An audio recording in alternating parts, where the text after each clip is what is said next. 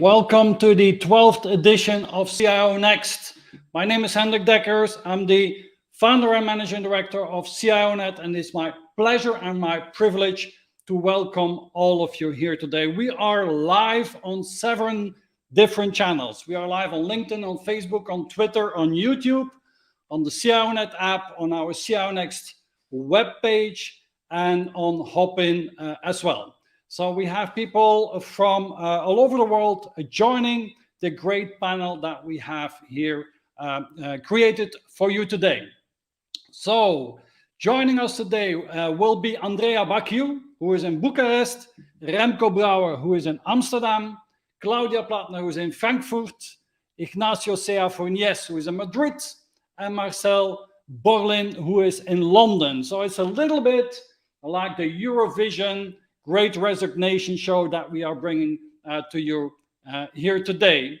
And before we get started, I have a couple of announcements. First is I would like to thank UiPath, who is the sponsor of this conference. And so we're going to discuss the Great Resignation and also how automation can play a role in solving the Great Resignation problem. For your agendas, on the 15th of June, so in about a month, we will run the 13th edition of CIONEXT, and the topic of that edition is the future of ERP is open.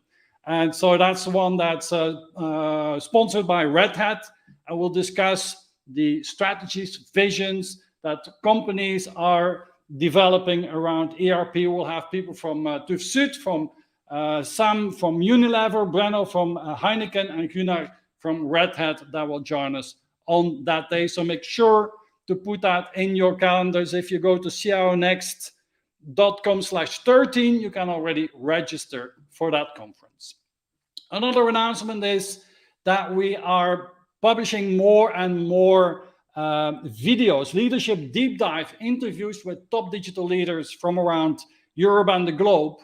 And the last 2 that we have published is the one with Ignacio Fornies, who's with us here today, and with Remco Brouwer, who's with us here today as well. And in the near future, we will publish the videos that we do with the other panelists that are with us here today. And so with that, that's my introduction. And so we're going to discuss the Great Resignation. And for that, I have invited my friends and our Director of International Research, Roger Cameras, to be with us today. And Roger, we're going to discuss the Great Resignation, and you are really, and also the role that automation plays in that. You really become a specialist. You have published several papers on the role on automation, and your last one is the Automation Governance Playbook. And so if you're interested to learn how to do the governance of automation, you can go to CIONET.com/publications and download a copy of that. But Roger, for this edition of CIONEXT, I've asked you to look a little bit in the data that's available around the Great Resignation. And the sources that we have used is a UiPath's office worker survey. And there's some very, very interesting statistics that have come out of that study, and you can read them here yourself. So 62% of top managers say that their companies are struggling with the current labor shortage. So 62%. I mean, this is becoming a really, really big problem. And so we have Remco Brouwer from Randstad here with us today as well. And so from Randstad, they published a yearly work monitor a study. And so from the 2021 edition, we have also collected some data that you can see here. So Roger, if you can please tell us, let me do it this way. If you can tell us what is your view on the Great Resignation today? What is really the big problem that we're talking about? Thank you very much, Henrik, and welcome to the audience. I guess one of our biggest questions hanging over corporations today is about employment. What do we actually mean by being employed today? A recent staff survey of IT staff across the world within a global organization suggested that 50% expected to have a new employer within 24 months. That was hardly the news that the group CIO needed to hear, but it really does present a big challenge to us all. Do people regard their jobs as permanent, or are they purely interim? One thing this suggests to us is that we're moving towards a Silicon Valley model of employment. There we actually see an average of 18 months in any particular job compared to a traditional 18-year contract in Europe. A very stark comparison, to be sure. And the question again is, does this relate to the pandemic? Has this fundamentally changed our whole approach to employment, or is it a much deeper, more significant transition relating to the digital economy? So what I'd like to just present are just two aspects of this, what I call the push factors, and the other are the pull factors around employment. So what are the push factors? Well, people are growing increasingly frustrated by the fact that their co-workers are quitting their jobs. And subsequently, they're left with more work to do, but no additional incentives or bonuses. The second important point here is that much of the work that we do today in offices across the world are considered to be monotonous. They're largely about answering emails, scheduling meetings, managing workflow. These are very, very low-level tasks that we could genuinely do without. But I think the other significant factor in recent times is the introduction of much flatter structures with little prospect of promotion up the ladder or little prospect of variety. There seems to be little to no attention on professional development and growth. So in all these respects, people are becoming less and less enamored with their current jobs. They want to leave, they want to quit. But on the other side, of course, we've got the pull factors. CIOs across the board today talk about the war on talent. It's evident in every conversation we have with our CIO community. And that war on talent means that there are extraordinary financial inducements to change employment. Many CIOs are now talking about 100% salary uplifts, as well as offering in all sorts of inducements to tackle the work-life balance. For example, one organization lost its key employee because a competitor was offering to include hybrid working to be built into their new contract. So I think we're all, as individuals, looking to pursue more creative, more dynamic careers. And that again leads many of us to look at the startups and the scale-ups rather than the more traditional organizations. So I think in all these respects, the question hanging over us today is, what actually do we mean by employment? What is a job? What is a career going to look like in an increasingly volatile and uncertain world? So thank you very much, Henrik. Back to yourself. Okay. Thank you so much, Roger, for that introduction and for painting the picture of the big problem that we have, which we will be calling the Great Resignation. And what I suggest that we do before we jump into the discussion itself is that we have every panelist here present herself or himself. And Claudia, why don't we start with you? If you could please tell us, who are you? Who is the ECB? And what is the biggest challenge that your organization is facing today? You have 2 minutes. Thank you, Hendrik. I'll try to stay within those 2 minutes. My name is Claudia Pladner, and I have the pleasure of working for Europe, namely for the European Central Bank, where I'm the Director General for Information Systems, which is, public sector speech for CIO, CTO. And I'm not too good at monetary policy, but in terms of digital talent and challenges we're facing today, we are looking towards quite a few topics, namely internal digitalization of processes, tools, what you just hinted at, data, a lot more data than we expect to come our way, i.e. from finance-related climate change topics, or the digital euro, for example. So there's really a lot going on. Okay, so data, internal digitalization, and not interest rates or inflation rates. Of course, but as I said, I'm not too good about the whole monetary policy issue, but I can tell you that you need a lot of data in order to take good decisions there. Yeah, it's true. Absolutely. Thank you so much, Claudia, for that introduction. Andrea, if you could please go next and introduce yourself and your role and what are the challenges in your organization today. Thank you, Hendrik. Welcome, everybody. Super happy to be here and honored to be part of this esteemed panel. I'm Andrea Baciu. I'm with UiPath. We build software robots so that humans don't have to be robots. And we are really proud of our automation platform, which is really helping organizations grow and scale and be more effective in what they do.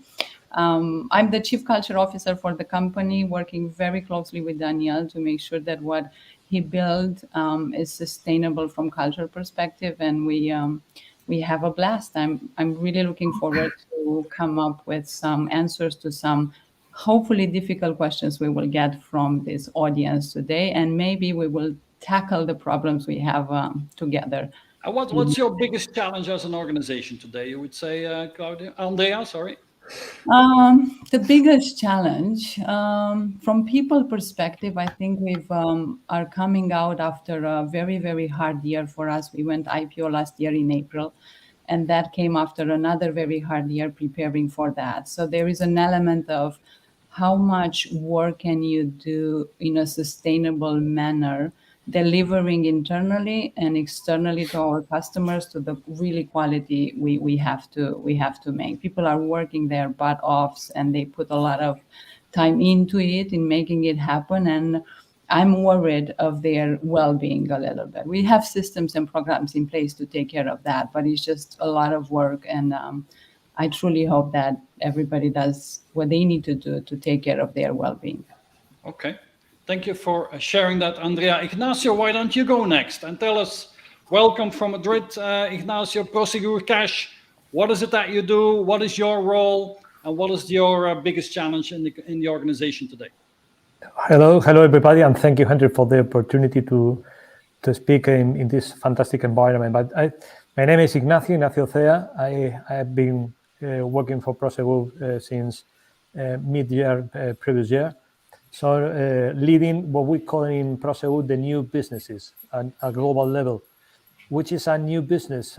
Our main challenge in the company is to move the company from the legacy business or the traditional business to the new digital one. So our intention is to get, let's say, a point where approximately 40% of the P&L, the income, balance sheet, or whatever you want, comes from those new businesses in 2030. So it's a tremendous challenge. And one of the key pieces, in my understanding, is how we manage people, how we manage talent to get this piece done. So this is, I would say, our main challenge nowadays. Okay. I mean, you have quite an interesting company that together with all the teams, you're reinventing the company, right? I mean, Prosegur Cash, what is it, 30,000 people that move cash and valuables and coins and paper notes around the Latin America and Spain. Mm-hmm. And now you're moving and doing and changing that into a digital business more and more. And you are heading you're the general manager, you're not the CIO, you're the general manager of the new businesses. So 24% of the revenue from the P&L comes already from your businesses. And your task is to grow that to 40%. And you have a background in banking and you love transformation and changing things. So welcome to this panel. Thank you. As well, Ignacio. Remco, tell us who you are and tell us what Randstad is and what's your biggest challenge in the company today. Yeah, thank you, Hendrik. Pleasure to be here. So yeah, I work at Randstad in the digital organization that we call the Digital Factory. We are an HR company that, and our mission is to find meaningful work for the thousands of job seekers in the world, or the millions, and to find the best employees for clients that come to us. And we do that in 38 countries, so we're about 60 years old. And on a day-to-day basis, we employ close to 700,000 people in That's 38 amazing, countries. And it's all, I would say, so last year alone, we placed 2 million people in jobs, of which almost 300,000 for fixed positions. So it's not all temp, it's temp and fixed. And I would say we challenge as a company, our whole industry has been very local, local legislation. And we are in the middle of trying to turn this multinational into an enterprise, I would say. So global data, global platforms, global insights, right? Because most of the trends are global. And for our clients, especially if I think about our clients and our talents, our clients are struggling with everything that I heard from Roger, and is like, who do I hire?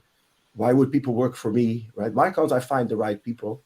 Are they looking in the right location? Are they aware of the scarcity in the market? And we're trying to create all sorts of digital solutions that help our people and our clients to see where the opportunity is in the market and what is realistic. And I would say that most of our clients, we do a lot of IT recruiting. Most of our clients struggle a lot with articulating what they need, right? And also typically don't have a lot of data on the composition of their existing workforce and how ready the existing workforce is for tomorrow. So I recognize a lot of the challenges. But on a day-to-day basis, I'm also the manager of our IT team, and I also struggle with a lot of people leaving for salaries and a lot of poaching going on left, right, and I would say that there's not a company on the planet that says that their IT organization is full and complete and completely staffed. Nobody. Yeah. And you have people around the globe. You have people in Atlanta and Amsterdam, all over the place, and so Randstad has really a global spread as well. Do you see a lot of differences in different regions? Is the Great Resignation a bigger problem in the US than it is in Europe than in LATAM, or how do you look at that? Well, I think I think it is definitely a bigger problem where we as a brand are less known, right? Because people do want to connect to the purpose of your company, right? So in the Netherlands, we are bread and butter, a brand. So it's easier to recruit in the Netherlands than it is in the US, where I'm competing with the Facebooks and the Googles and you name them. That is absolutely true. But we have to do a good job at explaining the purpose, because you just showed the data from the Work Monitor 2021. We have a 2022 version in the meantime, and it is even more radical than that, right? So we just finished the research. It's on our website, and we found that of the youngest people that we interviewed, 56% of the youngest generation said that they would quit a job if their job was preventing them from enjoying life.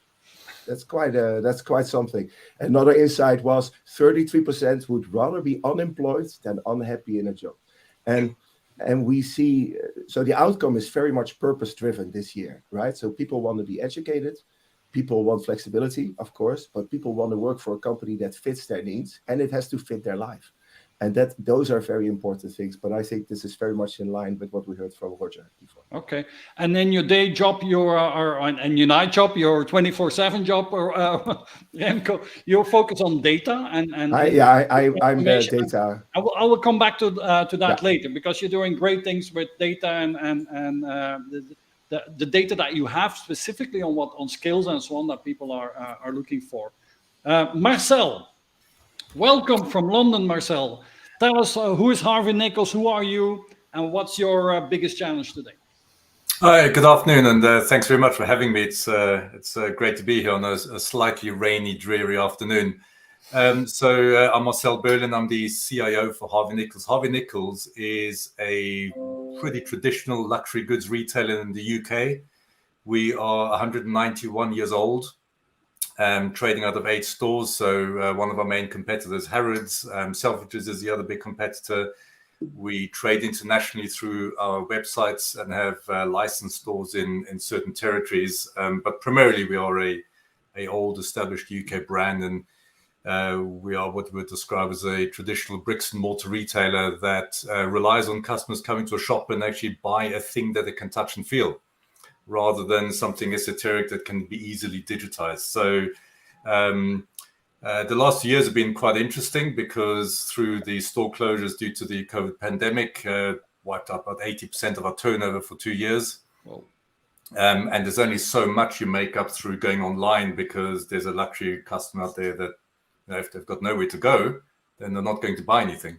So we're kind of still in a bit of survival mode, getting out of that, and see this year very much as a recovery year.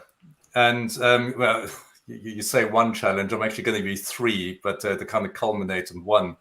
And I think the biggest challenge for us at the moment one of the biggest challenges is supply chain security, because, well, in Europe, I think we're fairly pretty much past the COVID pandemic and restrictions. In China, it is still raging. We've got Shanghai and Beijing completely closed down. We rely a lot on Chinese production, shipping for components, for products. So, there's a lot of uncertainty about whether the product is actually going to get to us, and if we don't have the product, we can't sell anything, and we obviously don't make any money.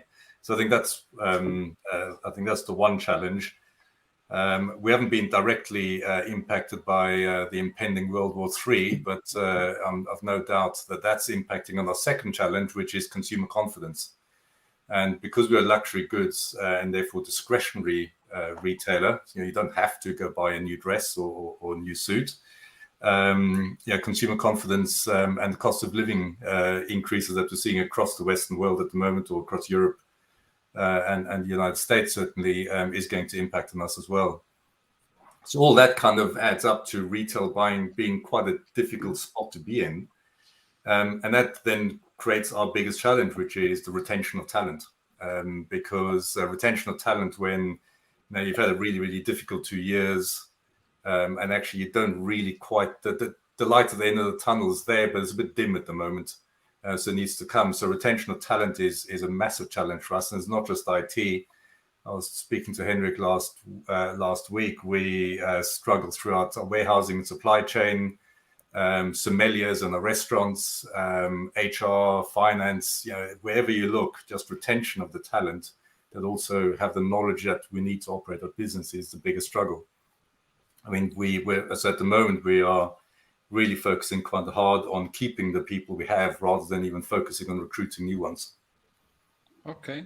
So a lot of interesting challenges that we have here together from these 5 different places, different kinds of industries, but finding the right people, keeping the right people, is certainly that comes back with all of you. So Andrea, I know you are focused on this. This is your day-to-day job, is creating culture, managing the culture, working with people, coaching people, and so on. So why don't you have a very interesting way of looking at the employee journey. Can you maybe picture that for us so that we can use that maybe as a structure for our discussion today? Sure. Happy to. First of all, there is this negative connotation when we talk about resignation. And if I hear Remco right, he said he hired 700 people last year. 700,000 people were hired by for Randstad this year now. That's significant. So my first question was, is it actually a resignation or is it a migration? Mm-hmm. Is it actually people giving up work and then going and taking time for themselves? Or is it actually them going to places where they could find meaning at work, responsibility that fits their desire, passion, skills, and knowledge, where the environment is welcoming their point of view, where they have time to give back to society and contribute to something bigger than themselves? So the story is still being written, and I hope I will be told I was wrong a year from now. But from the data that we have, is actually a migration rather than a resignation. People are going somewhere else where they find meaning in work and a place where they contribute. So with that shift in mindset, for us, it was important to understand how is the journey for anybody working with us, so that we remove friction, we automate the hell out of the job so that people don't get bored in repetitive tasks. On the contrary, they find space to be creative and bring meaning to work. And the way we structure this journey is super simple. We call it From Awareness to Alumni. And it has these 6 moments of truth in which we as a company cannot be afford to be other than the best we could be for our people. So we have that element of awareness by which somebody that would like to join UiPath and they don't know who we are, they look around, they ask around, and they find out something about ourselves. So we need to make sure that what's out there about ourselves is true, is genuine, and is correct, so that people can make an informed decision even before they consider joining us, right?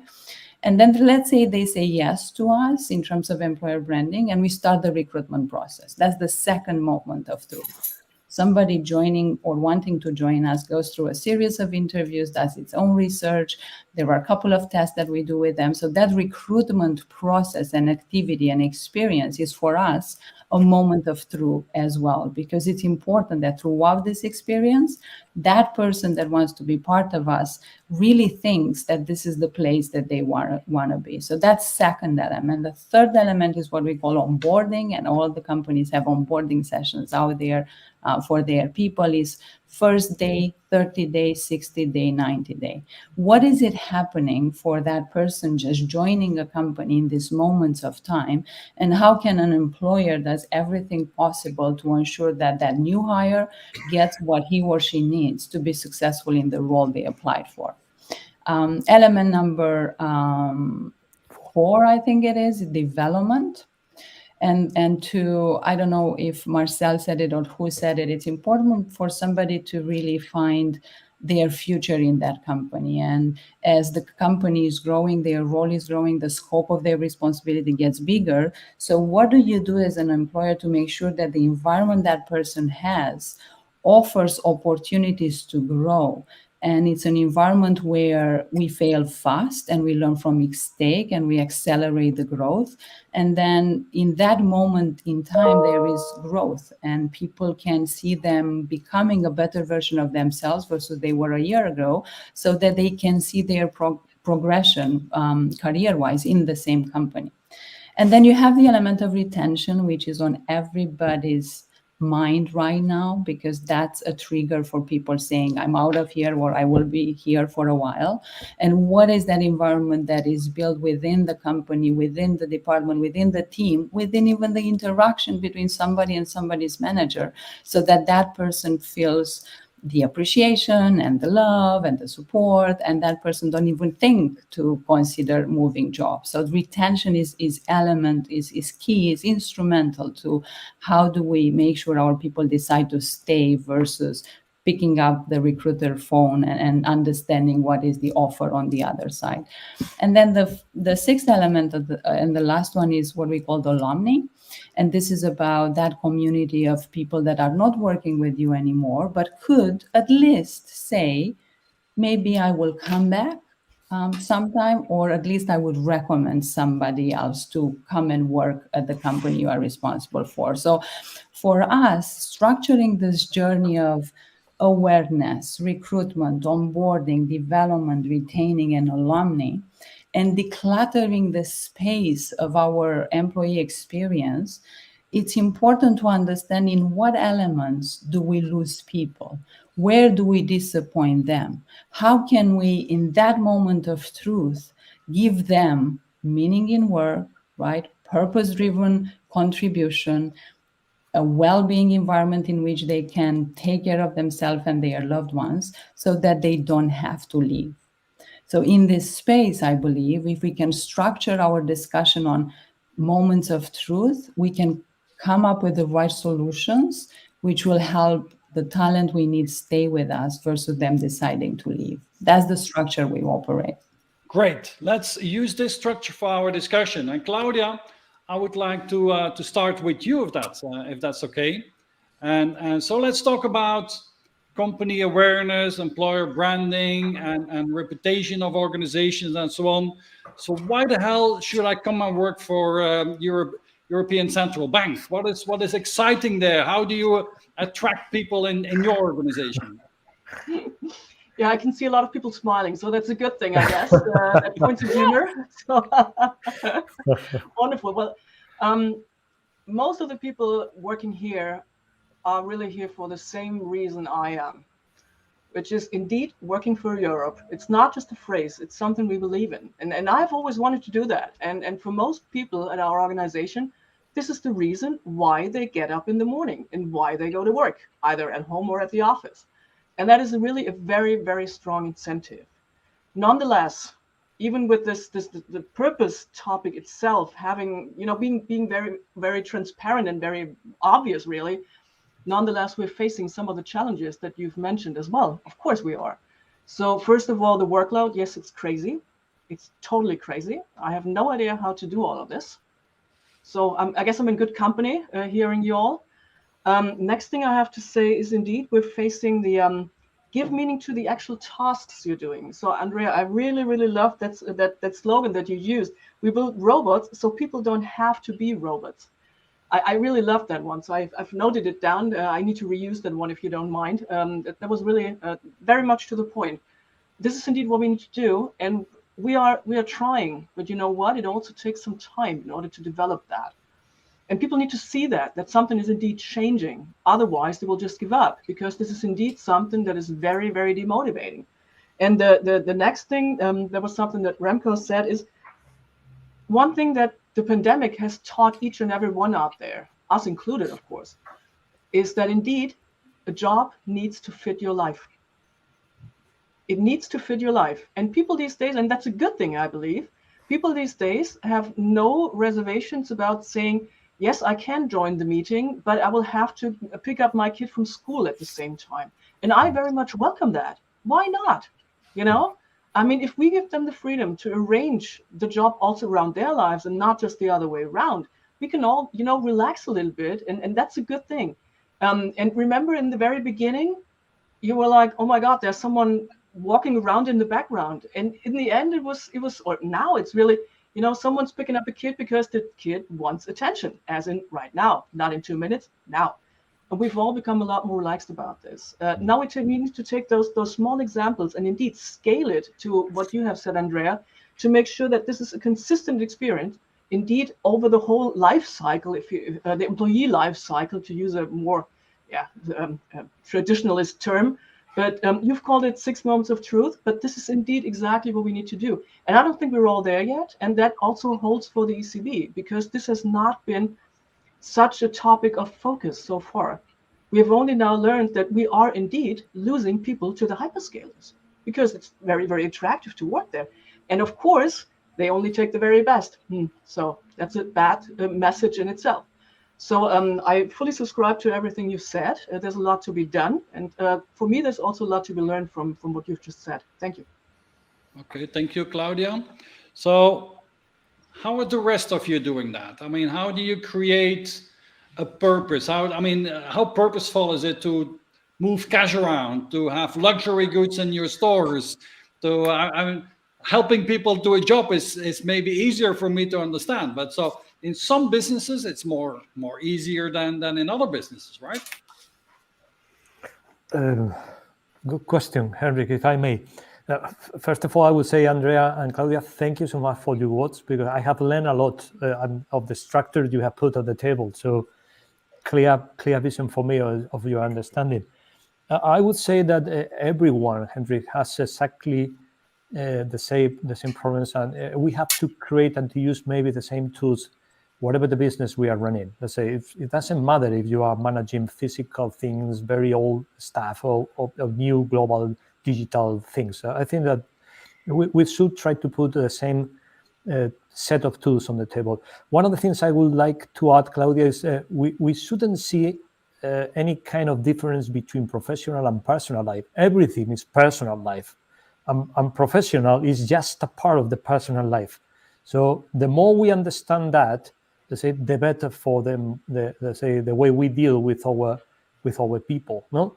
So I think that first of all, we need to create a very interesting environment and project to work in, let's say, with a purpose, with a long-term purpose that fits personal life. That's professional is just, as I said before, a part of the personal life. So first of all, to create a very challenging and interesting professional project to work in. No. And second, I will say that we need to rely that we don't own people. We don't own our employees. They own their life. So we don't rule them anymore. We need to guide them. Let's say we need to establish which is the future, what we want to achieve, but leave them, let's say, their own initiative to go through this way. Let's say empower the people, but really empower the people. It's not a way of speaking. It's something that we need to put every day, let's say, on the table. So the more we do that, let's say, the better for the company, for the project, for yourself, and for the employees. No. Okay. For doing so, I would say the third is you have to create a right environment, let's say, for working, let's say, with confidence, trusting people, let's say, I would say collaboration, respect, listen everybody, diversity, mentally, not even in the gender agenda, but mentally diversity, let's say, to create a very good place to enjoy, to a very place to go every day and spend part of your life doing so. No, I would say those are the three things I would like to highlight to create, let's say, something to retain talent or to attract talent. No. Okay. So the 6 moments of truth. We are, and so we talked about employer branding, company awareness, and having a company with a purpose. Let's go to the second moment, and that's the recruitment moment. And Remco, of course, Randstad, that's your business. So you're placing 2 million people every year. So what are the secrets of success in recruiting? I mean, that's what you do every day. Yes. And we don't do it perfectly ourselves here and there, but we're measuring that, of course. No, I would say it all starts with your compass on where you want to go and knowing exactly the kind of skills that you're going for, right? So what is it exactly that you need? We see a lot of companies, if they hire somebody, they go to an old drive that they have somewhere to see if there's still a job description of 10 years ago or 5 years ago, and then make 2 changes, put it online, and there you go. And we see, that some of the skills that are then being required are obsolete. You cannot find these people anymore, and you're actually limiting your audience very big. But at the same time, I mean, you're also probably forgetting stuff because you're not aware, right? So I think putting a 5-year-old or a 3-year-old profile of a product manager or a project manager, IT project manager, and then trying to recruit a product owner or something is not going to work, right? It is just not going to work.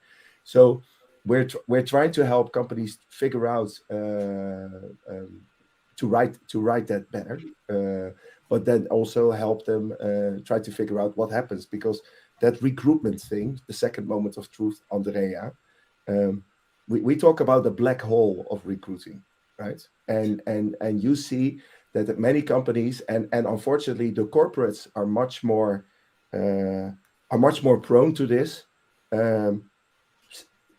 Sometimes up to 60-70% of people that apply for a job never hear anything back. Still today. Anything. Still today, because they're either focused on that one guy or the person that was in charge of it went on a vacation, right? You can't wait that long, right? I mean, and this is also so companies that are holding on to saying, I want the perfect candidate, right? Good luck with that. You're never going to fill that position. So speed is of essence as well, right? So we do a lot with chat at Randstad, because we also see that a lot of people apply for jobs in the middle of the night. Actually, that's a very funny insight. So after a long day of work and sitting on the couch with a beer, people think, I'm going to apply for a new job.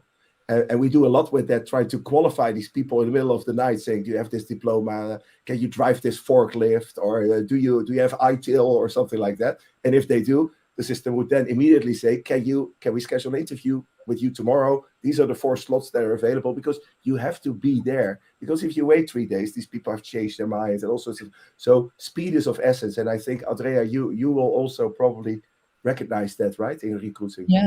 Yeah, not only recognize that, but I was curious, Remco, how much you automated that part of making sure that the time between somebody having an interest of a job and that somebody having that moment of interview with the employer That's such an opportunity to automate. Yeah. From filtering CVs and making sure they have that intelligence automation built in there to remove biases, right? From scheduling the interviews, from having a bot that is looking through people's calendar for availability slots. I mean, there's such a huge opportunity to decrease the time spent on it, so your recruiters can spend time on. Yeah. So we've built a product called RCE, the Randstad Conversation Engine, because it's not a chatbot, conversation engine, and an interview scheduler, IS, and we glue them together. And right now, during this chat, it is probably pre-screening 25 candidates in the US as we speak. Exactly. Right?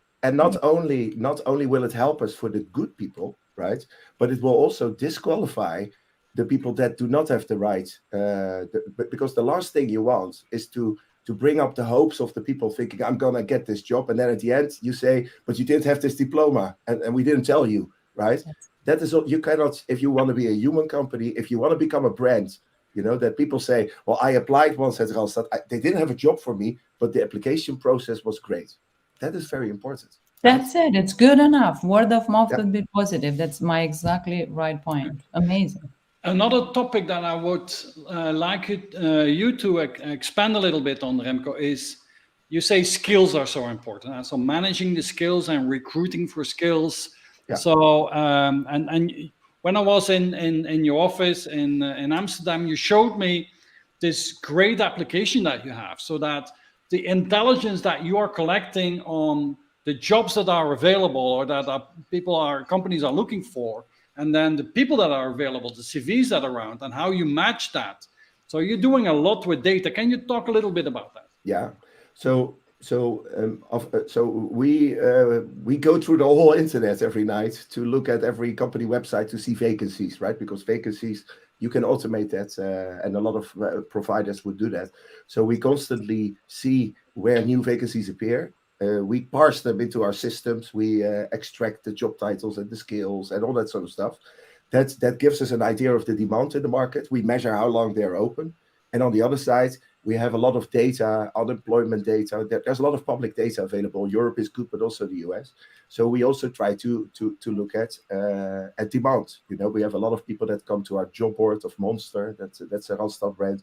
Or people that apply. So we model supply and demand. And the difference between those two is the scarcity in the market. And the scarcity in the market there, we put in an application that will give our recruiters, but also our clients, an insight on the probability that you will be able to hire this job in 30 days at the salary that you want, right? And very often we have to tell these people saying, I'm sorry, this is just not going to happen, because you cannot have a data engineer for 80K in New York, right? It's not going to happen. But you do have an office in Milwaukee, and maybe there we have a chance, because we see that the market is very different there. And I think companies, especially as we become more location free and that sort of stuff, there are typically a lot more options that companies might realize to fill by not being as stubborn from the past, saying, no, you have to be in the office. I must be able to see you from where I sit. You know, if you want to do that, again, good luck with that, because you're going to pay a price of being way too stringent while your competitors are going to take all the good people off the market. Okay. So on recruitment, there's a lot that we can discuss. I mean, just that alone is, we can do a conference on that. But let's go to the third moment of truth, and that's onboarding. And so maybe I'll throw it in the group here. Who has some secrets of success? So, I mean, what's the thing that we need to do? We have recruited somebody, we've signed the contract, it's the first day, then what do we need to do? What are you doing special to make sure that they feel at home and they feel welcome and that they can be productive as soon as possible? So I'm happy to share, because there is an element of automation in there that I really, really am proud of.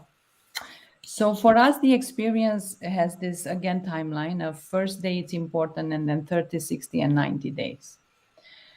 So in its first day, the person meets the Rocketeer, which is the bot that we have, which was built around a couple of elements. The Rocketeer helps the person to do the paperwork. So there are notifications for that person to fill in that form and fill in that form. And then the bot is helping the person to navigate on our most of our data repository or knowledge bases, being that around company mission, vision, values, being that around product and platform and what are our features, being that on our overall portfolio of customers and industry, so that he or she immediately comprehends what we are about. And then this bot has a beautiful functionality by which it engages the manager of that person in key moments of time with reminders telling that manager, hey, your new person came in today, you may want to say hello. And then 1 week after that person is 1 week with the company, the manager gets another notification saying, hey, your team member just turned out a week, and then a month, 3 months, a year, and so on and so forth. And there is that element of helping actually the manager create a better experience for the person, because there is a comment that somebody put here for us. What about people joining companies and leaving bosses? That's right. And part of that retention element of why people are leaving is because the relationship that they have with the manager is not as good as it can be. So the automation helps both the actual experience of the new hire as well as helps the manager be reminded of key moments in time so that the manager can do its best, and that is show humanly and authentically and empathetically for that experience. As Claudia said, it's really part of that experience. And us seeing pets and partners and children on the Zoom calls or whatever calls we are in became part of life. Hence, I believe the leader of the future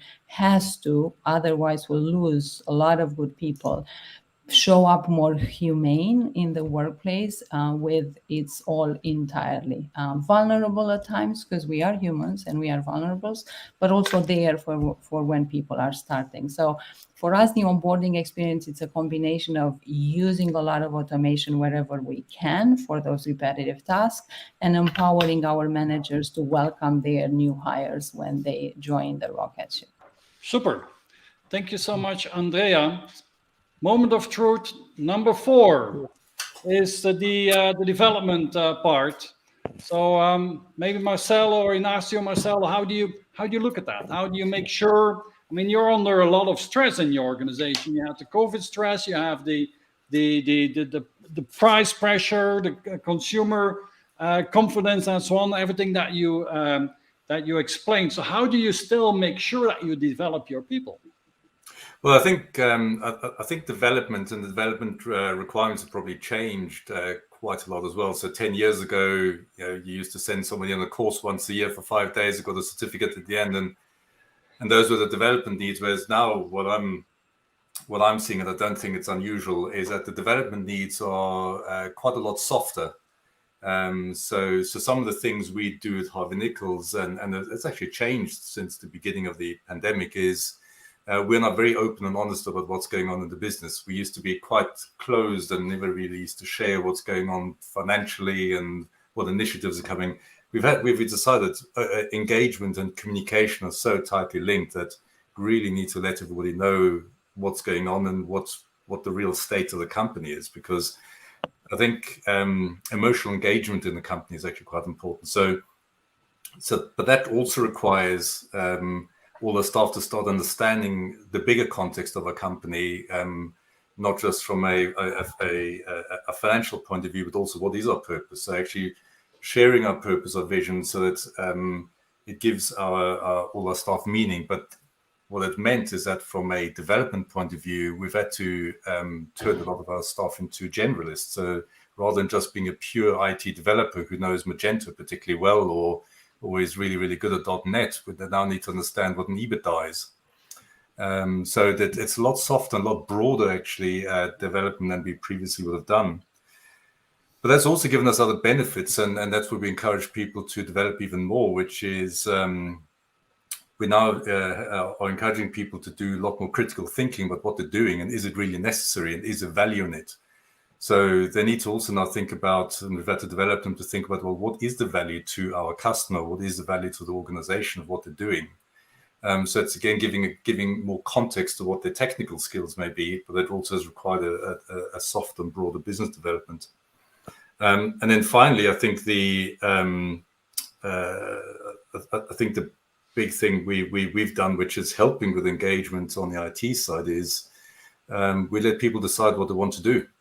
And now that's obviously within limits and within the framework, but we at the beginning of the financial year, we kind of lay out the roadmap, the latest roadmap, and then we kind of let people decide what they want to work on. And that's actually been very good, because from a development point of view, people feel they can do something new every year and something different, because they don't want to do the boring, repetitive things. So we've developed them to think differently about the business in a broader, more context way, which is starting to actually strip waste out of the business and makes us more efficient, more productive. But it is also helping with retention, because they feel like they're being challenged and have something interesting to do. So I think that development of the softer skills, so we trust them to have the technical skills, because that's why we hire them in the first place. And also development of the broader, softer skills, which we find is actually producing some good results for us on the retention side. Okay, great. Point number 5, retention. Ignacio, why don't you take this one and tell us a little bit on, you have 30,000 people working at Prosegur Cash. Mm-hmm. They're all over the place. So how do you make sure that and you're changing the business? So how do you manage that? That must be a huge task in your organization, right? Oh, very complicated, by the way. But I would say that first of all, I agree with Andrea that mentioned before that usually a person joins a company and leaves the boss. So this is one of the key things from my understanding we need to take into account. And the way we manage, I manage personally, let's say, is taking that into account. Let's say, I would say that first of all, we have to create, let's say, as I say at the beginning, let's say the right challenge for the people and lead them to lead. Let's say not to rule everything they do, because they will feel that they are simple resources instead of being really a key part of the project and the team. No? So you have to lead them to lead. You have to lead them to develop, to propose things, even to do things that they could be wrong from your understanding. But let's say you have to leave more space, let's say, for they to develop what they want or they think that should be the future of the business. So third, I would say that you have to treat people like people. Let's say they are not, let's say, simple pieces of your puzzle. You have to transmit, as Marcel said before, you have to transmit clearly what is the situation of the company they work for, which is the future of the company. What are the challenges of the company? How, what let's say, role could they could play, let's say, in the future of the company? Why they are important in the future of the company? What is expected from the company's perspective they do in the future? So it's totally clear with them. Let's say in a normal basis. Let's say it's not exceptional. Let's say not once a month or once every 6 months. Every week, every day, in every, let's say, moment, you have to have this clarity with your people. No? You have to believe in them. You have to develop them. You have to push education, invest education on them. Let's say as much as you can. And being part of the time that they spend in the company, not out of the time or on top of the time they work for the company, because it's for you, not only for them, it's also for you. So you have to consider that this is the clear reality, and you have to invest in the education. And Marcel, you mentioned also soft skills are key. So it's supposed that the hard skills are, let's say, everyone has the hard skills, but not everyone has the soft ones. So you have to invest in that piece, in the empathetic things, in the relationship, in how to understand each other, how to work in team, how to transmit ideas. How this kind of stuff is also something you need to invest a lot of time and money and work. So those are my, let's say, ideas about that, I would say. Okay. And then let's talk about the last one. And Remco, I know that you worked with Procter Gamble before and with Coca-Cola Company and so on. So, and we've all had our previous companies, but would you go back to Procter Gamble and work for them again? And why yes and why no? And so let's talk about that a little bit. That's a good question, actually. I don't know, but I am part of the alumni CIO chat group with 50 CIOs on it that all work there or started their career there. No, so I think if you're value driven, right, and I'm clearly value driven, and so if your company has a purpose, if it has values and it has principles, as you would call them at P&G, and it consistently is being met, right, then even after you leave, you will remain a lifelong loyal employee. I still find myself in supermarkets mirroring the shelves of some of the hair care products. And I'm not alone at that, right? I mean, that is just something that is in you. You notice the brands everywhere. You think about the brand. I still have some shares. That is all good. So I think if you can do that as a company, then all your alumni, and let's not forget, there's way more alumni than you have on the payroll, right? If you can turn them all into an advocate of your product, then or if your company, then you're in good shape, right? The question that you can ask yourself in recruiting is very simple: is if your best friend or your family, right, if they have a son or a daughter that just came out of university, would you tell them to go to your website and apply, and leave the process? If the answer to that question is no, then you know that you have a poor process, right? If you think, no, I will call this person and introduce you to the hiring manager, then you failed, right? Mm-hmm. And that's a question we can all ask ourselves. I don't think for Randstad, for the temps, it's a yes either, but we are certainly doing whatever we can to turn it into a yes. Okay. Good. We've covered the 6 key moments, the moments of truth in the employee journey. And there's a last thing that I wanted to discuss in here, and that is the role of the leader, the role of the manager. And so you may know that with CIONEXT we brought out a cookbook with in there 27 recipes for digital success. And so in there you find 27 digital leaders that explain how their leadership and how they organize themselves, their teams, and their companies for digital success. We've got a very small video that I want to run on this, and then we're going to discuss that.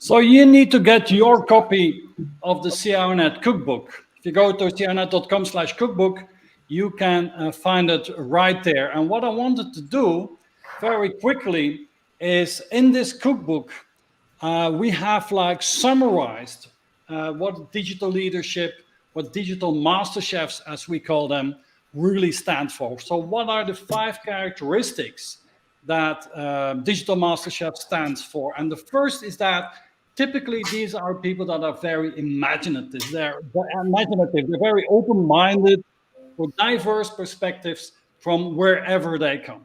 A second one is that typically they're very authentic leaders. They're very successful and they encourage and they inspire the people around them. The third one is that they're typically very dynamic people. They like to change. They want to have a fast changing environment where they can make a difference. They want to be purposeful, and they want to align that with the corporate culture. And they're very curious, and they want to innovate, they want to change, and as fast as possible. So that is what we have learned are the characteristics of digital leadership of some of the best CIOs and other digital leaders around the world. So I want to throw that in this group here and say, well, how do you, maybe Claudia, so how do you look at that? What is the role of the leader in making sure that you're not, as an organization, a big victim of the Great Resignation, the Great Migration, the big quit, whatever we're calling it? Yeah, first of all, I have to say I really like those terms you used there. So yeah, they resonate. And I think they do with a lot of people. So that's for me the first, really the learning that we all have to understand. But I don't think I'm telling anyone in this group anything new. And for me also, very, very important part is how is that different from the way we used to do things? And this is usually summed up in the difference between managers and leaders, right? So, and first of all, we need to understand, and again, I don't think I'm telling anyone here in this group anything new. We have to understand the difference between a manager and a leader. And if you are a manager, then there's a very, very clear goal that you need to achieve, and you're driven in that direction. But that's really just one dimension, and you've just opened up quite a few other dimensions. And at the end of the day, it really boils down to making sure that you as a leader enable others to do that. For example, even lead to lead, as you called it, Ignacio, quite correctly so, in my opinion, in my personal opinion. So I think that makes a lot of sense. And we have to understand that the values and the capabilities in the people are different today. So someone who used to be an excellent manager 10, 15, maybe even 5 years ago could not be the best leader today. And for me, what it's important is really, it's not about, getting rid of some people and getting others in. We need to understand as organizations, we need both. We also need the ones who are really managing the results, and then that's totally okay. And, taking care of things and processes and all of that. That's also part of the story. But we also need to make sure that we have the leadership part covered. So any organization that does not manage to strike a proper balance between the two will have a hard time. Yeah? And we find that people are easier, or that it's easier for people to actually take on management by themselves. That's not even that hard to do, whereas it takes a lot longer to teach people to be leaders on all levels, because this is not bound to hierarchy. This should happen on all levels. You can take different kinds of leadership. Could be for a topic, could be for a small team that would, for a squad that takes on some kind of small task for a while. It doesn't really matter. You don't always have to be the big boss. And we need to get rid of the idea that it's only the big bosses who know what works. They don't. So we need to make sure that leadership happens on all levels. And for me, that's the most important part. And the adjectives you've listed here, Hendrik, really, they make for this, because they allow for other people to take over those parts. Yeah, indeed. Okay. Yeah. So who wants to chip in on this discussion? Yeah, I resonate a lot with both the 5 elements you guys describe in the cookbook, but also with what Claudia said. And to be honest, I think this terrible 2 years we've been through have done a lot of harm, economically and to businesses. However, there was this consequence, which it wasn't intended, but it came out to be, and we better cherish it for the long run, which is how we show up as leader in the organization.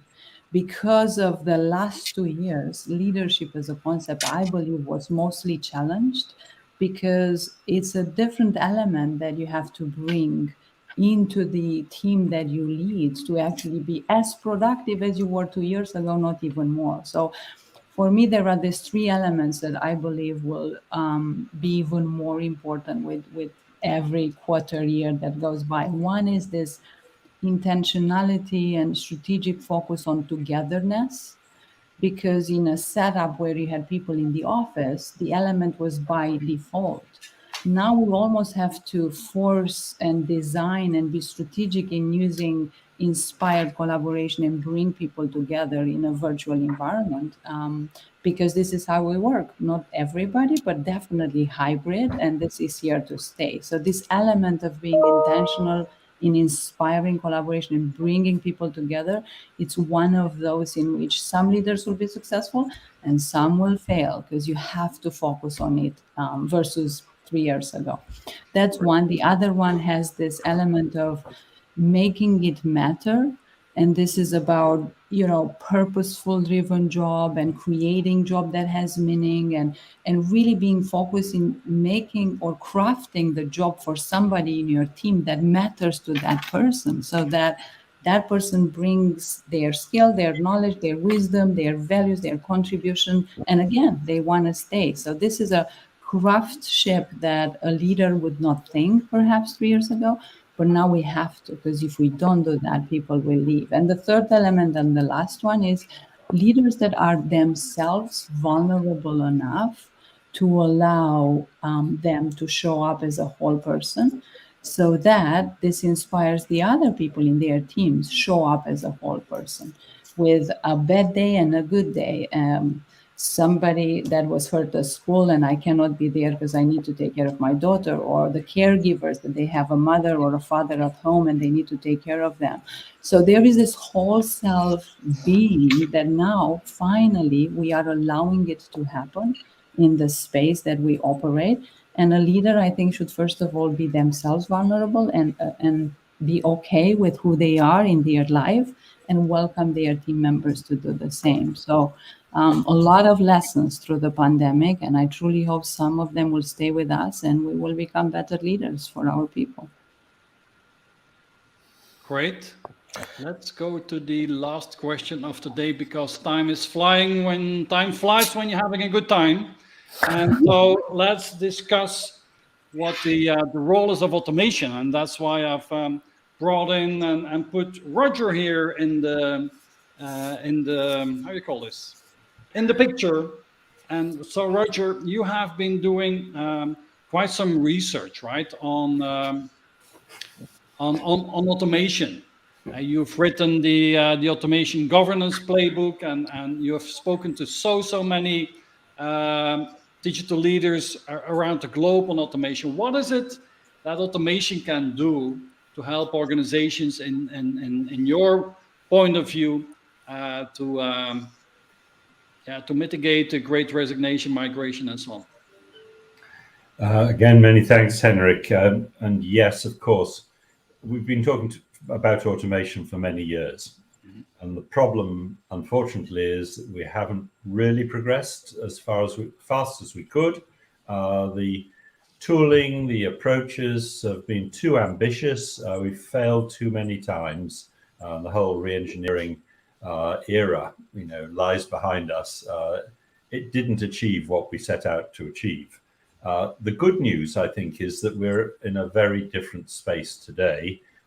We've already mentioned robots, robotic process automation, the rapid maturing of AI, of machine learning, and all the associated tools around that mean that we can readily apply a lot of these techniques.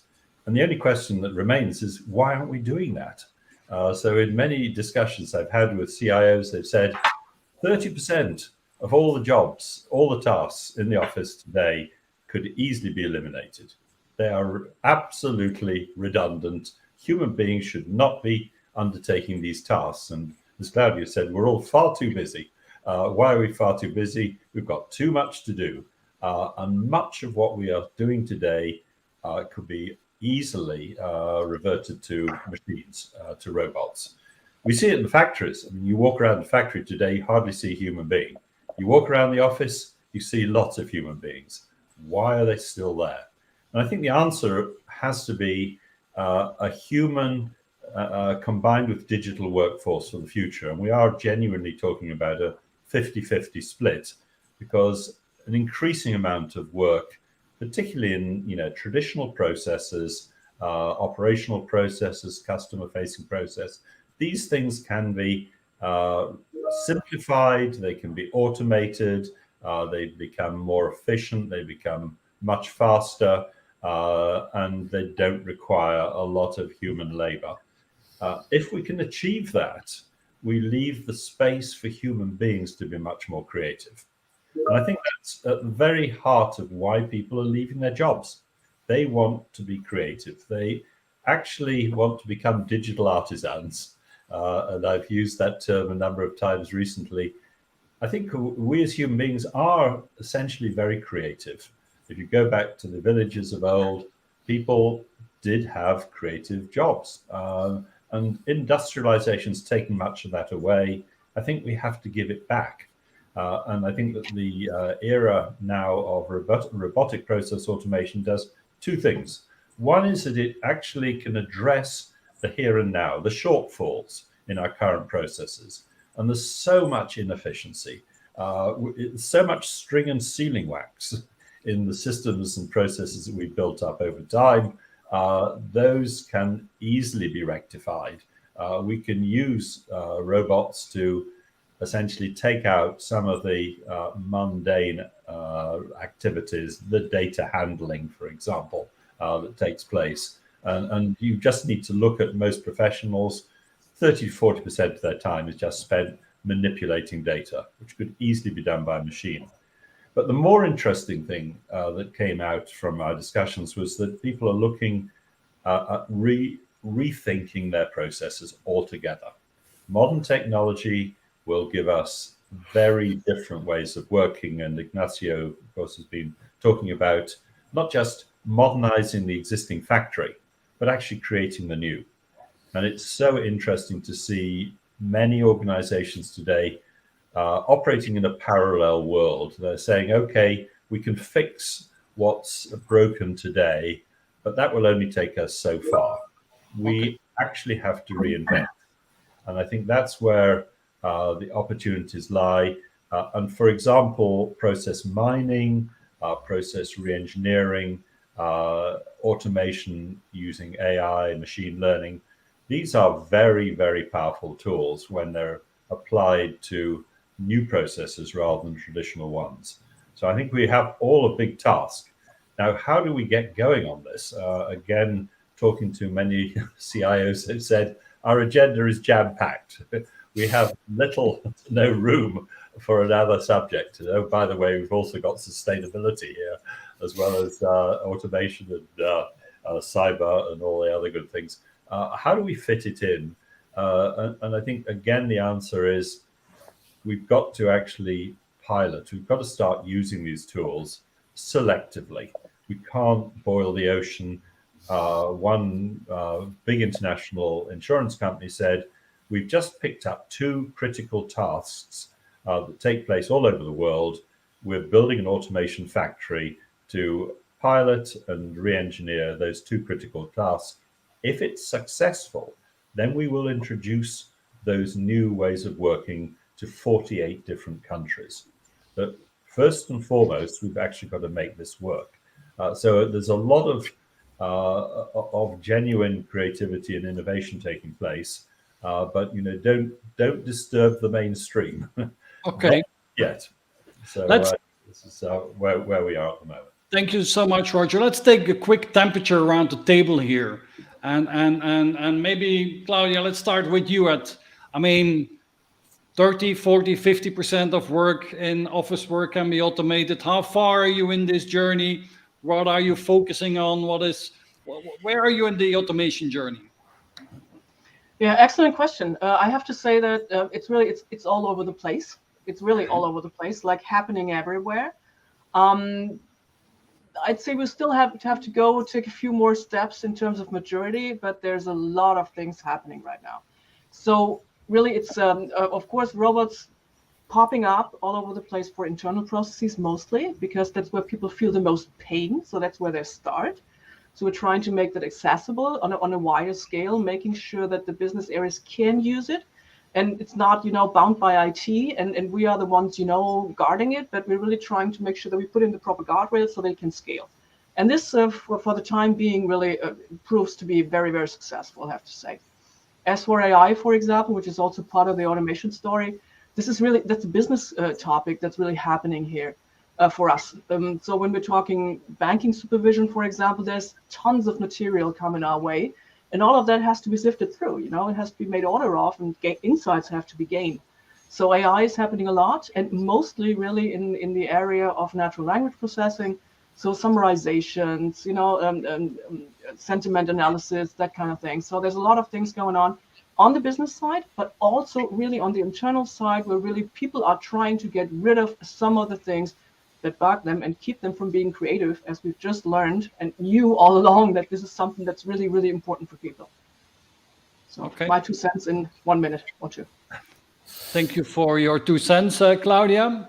So Marcel, in a retail business, I mean, if you run 9 beautiful shops and an e-commerce and more businesses, what is it that you can automate from let's say office work and so on? Yeah, I think there's. We already use AI, and I suspect most of us already do when it comes to things like cybersecurity. We use AI to make sure we're safe. Automation-wise, the biggest challenge in our business at the moment is the lack of standardization. So we need to have we need to have standards and consistent ways of working to be able to automate. And one we're going through at the moment is we want to automate the onboarding process for new starters. But we've got 8 stores and we've got 8 different ways of onboarding new starters. So we've got to do that first. But within the next 6 months, we'll have that done and we'll be automating the process. I think after that, you move into things like reporting, automating reporting, the really repetitive, standardized tasks. But I think in retail, especially in luxury retail, our challenge is always going to be that the customer expects a very personalized, almost one-to-one relationship, which is very difficult to automate because we're all customers. We don't always want the same thing every day. So there's a limit to how far we can go, and we also are looking at robotics in our warehouse, so our actually physical supply chain warehouse, to see whether we can make use of it there. And it's less about taking away low-value tasks, because it's more about making sure we can fill the gaps because we can't get enough people to do the jobs. So that's what's becoming the driver for the automation, rather than actually taking low-value tasks away from people. Okay. Thank you, Marcel. Remco, you told me that you have thousands of bots running around in Randstad, well, maybe sitting inside the computer, but tell us a little bit, where are you in this journey? Yeah, well, first I want to react to what I heard before on that the IT departments are jam-packed with mostly legacy work, right? So they don't have a lot of time. At Randstad, we created a new digital team called the Digital Factory that had a clean sheet. So we didn't have any legacy. We didn't have a long tail that we had to carry. It was built on top, and we started saying, okay, so if we could start again today, what would we do, right? And then you get something completely different. And that grew. I was the 3rd or the 4th employee, and we're now like hundreds and hundreds and hundreds. And our digital strategy is actually called Tech and Touch, right? Because we believe that we are a human touch company, and that there's not a lot of people who change job without any human intervention of a recruiter or something, right? There are some, and it is growing, but it is tiny compared to the world. So we basically said, how can we become? We actually have a very fancy line for it. It's like, how can we be the most agile integrator of tech supporting a core human touch, right? Or in other words, how can we be the trusted human partner in a technology-driven world of talent? Because we also found out that a lot of our people spend a lot of their hours with their back to the clients and the talents, filling out all sorts of forms in all sorts of systems. And so for recruiting, we are using chat a lot, actually. Even though we are human, people actually like to talk to chatbots, right? Because you can do it whenever you want. You can take as long as you want, right? People do actually like that. But another thing in our business, of course, is that a lot of our demands, a lot of vacancies are published on customer systems, right? So they call them vendor management systems. They publish them, and then all the HR staffing firms that they work with can log on to the system to see if there is any new vacancy there. And of course, speed is of essence, because the first one to get them a CV back of a fitting candidate is likely going to have the job. And this is a huge area for us for RPA, right? So we have literally thousands of bots logging on to thousands of client systems on a day-to-day basis, because the alternative is our recruiters logging on 4 times a day and being too late, right? And the other, so internal stuff we do as well. But of course, if you start from a clean sheet, you want to stay away from RPA for the wrong reasons, I would say, you know, for legacy stuff.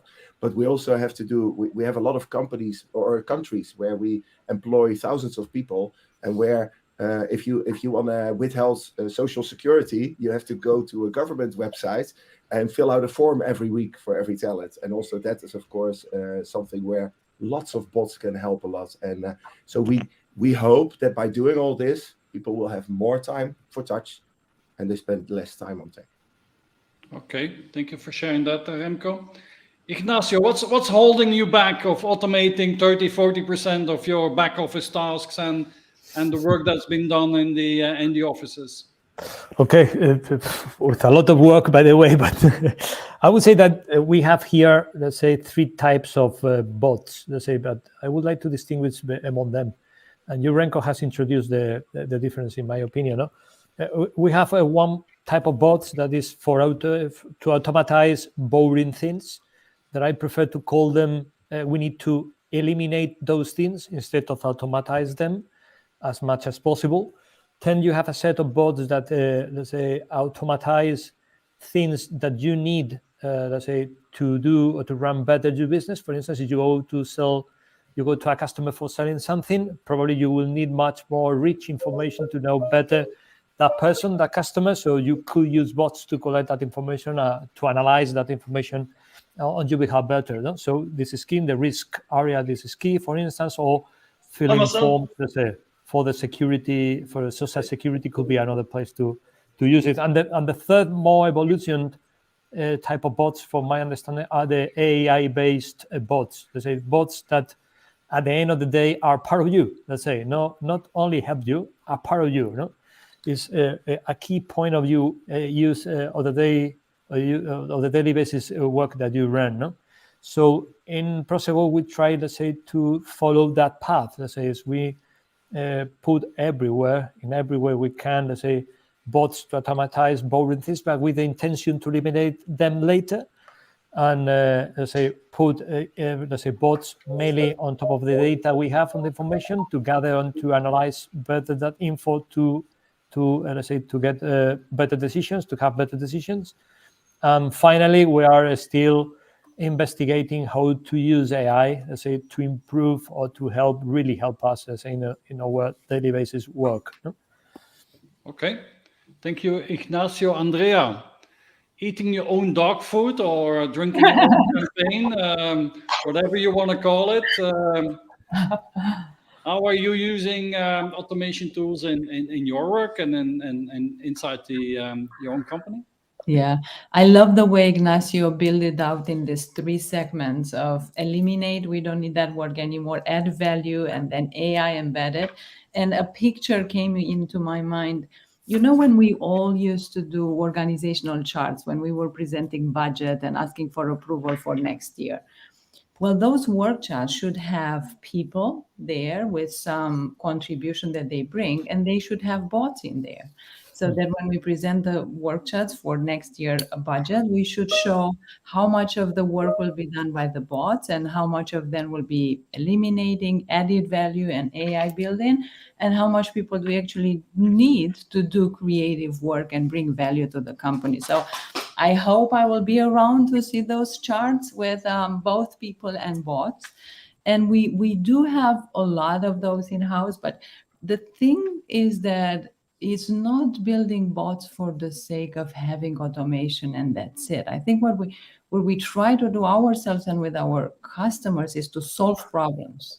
We want to solve problems and we want to understand what is the problem that ones have and how can automation be part of that solution. And in doing so, we hope we can free people up and do something else with that time. So in the people space, because that's the only one I can talk to, we build bots in every area. So if you have talent acquisition, you have bots that can provide this unbiased scoring on candidates, and we can automate some elements of the new hire paperwork. with DocuSign and everything that is available out there. And then in terms of operations, HR operations, managing onboarding and offboarding activities where it's heavy on paperwork, that's all totally automatable. Compensation and benefits, especially with 30,000 people that some of my colleagues in the panel here have. Robots automate payroll changes and they can update massive volume of data in minutes, maximum hours, versus people doing it in days, if not weeks. We can totally focus on safety and compliance, and there are automation in there that we use. Our legal and finance departments are amazing from this perspective. They've done as much as they could themselves around robots detecting compliance and safety risks, and then automating common regulatory tasks, which is really amazing.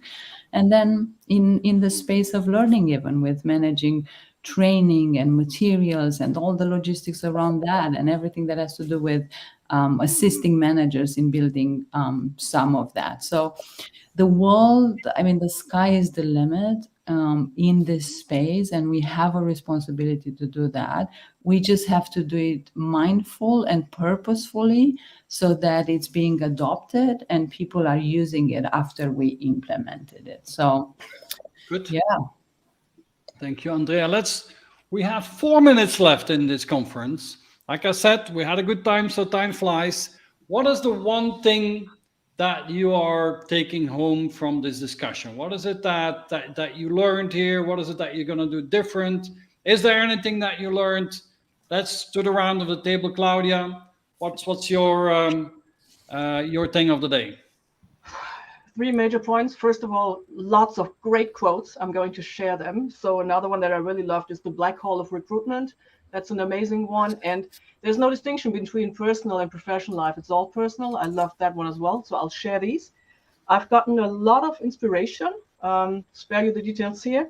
And I've also gotten some encouragement to keep on going the way of automation and to indeed look at culture and people development. Also bringing this to my organization in a little bit more of a strategic point of way, learning from some of the professionals we have here. Thank you. Thank you, Claudia. Remco. I would say because RPA has been around for a while, right? Automation has been around for a while. Thinking outside in has been around for a while. What is the IT industry waiting for?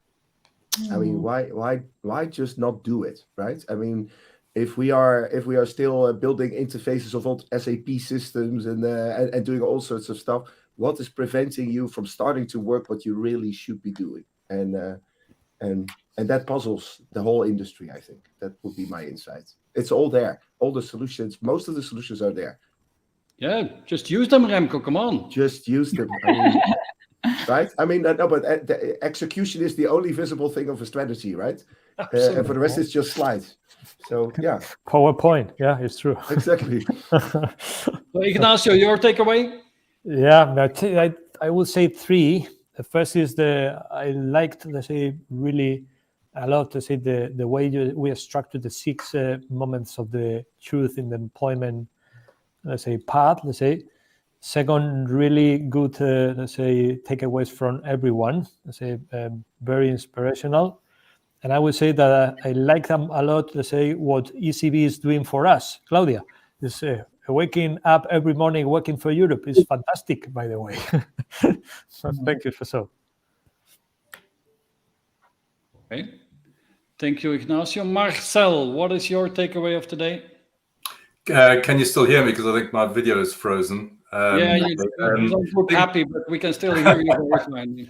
Well, yeah, sorry about that. I think the 2 things to take away, the one quote was, it's a migration, not a resignation, which I think is quite a valuable way to think about it, because maybe it isn't as depressing as I think it is. And if there's a migration, that means there would be people migrating towards Harvey Nichols as well as just migrating away from Harvey Nichols. And then Remco's other anecdote about will you go back to work for the company you worked for previously, which kind of struck a chord with me, because it means we really got to make sure that everybody who leaves us leaves on such great terms and would love to come back. So really make that exit process as nice and as appealing as possible. Okay, super. Roger, what is your takeaway of today? And you need to unmute, I think. Let me do that for you. Or you need to do that yourself.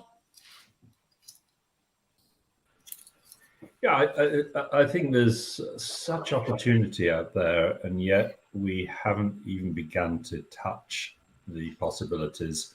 And this is all about mobilization, finding top-level support. I mean, CEO-level support for automation that needs to be in place. As Claudia said, I'm sure there's a lot of activity on the ground, but it isn't going to add up to the big hit that a highly orchestrated, highly mobilized campaign could make. And so I think the call for action here is to really get this up to the boardroom, have people understand what the possibilities genuinely are. And I think that the IT community can be highly instrumental in this. They'll provide the tooling, they'll provide the platforms, they can provide the education, but they cannot mobilize a large organization into action.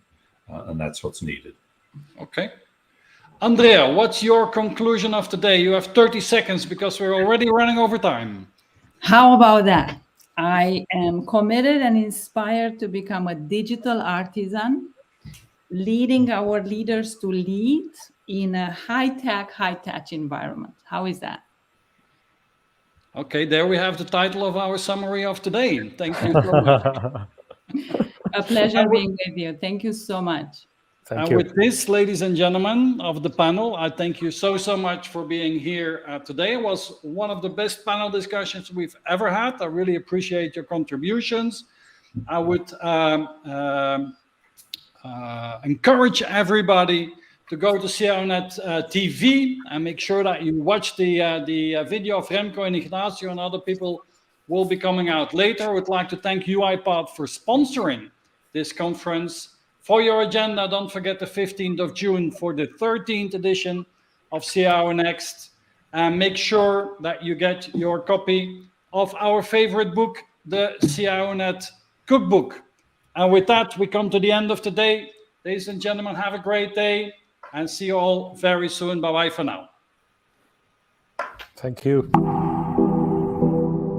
For the last 15 years, I've been on a quest to discover the DNA of the most successful digital leaders in the world. What makes them tick, what's in their minds and in their hearts. We are sharing deep insights from our world-class CIOs so that you get inspired, can learn and reach your full potential as a digital leader. If you are an ambitious technology executive, then I invite you to join CIONET. Join our community so that you too can realize your ambition.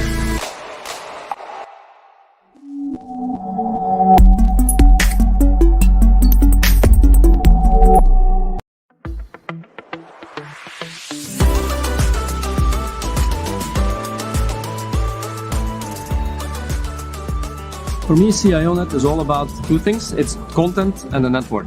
I'm already a long-time member of CIONET, and CIONET provides me with a mean of great knowledge sharing. I'm a huge fan of the CIONET community. I think communities in general are what we need right now. We're a connected species and we're connected technically, but we're connected on a human level as well. So it's really an opportunity to have new ideas, to share ideas, and that's really what makes it interesting for me. It's really, for me, the way to gather good ideas, meet nice people, and get inspiration for the next year. It's fun. I really like the fun of it. They have good companies. I'm cycling with the CIONET. I'm liking to drink a glass with them. And every event, it's a very relaxed event, so it's not too serious. So this is for me the added value of CIONET.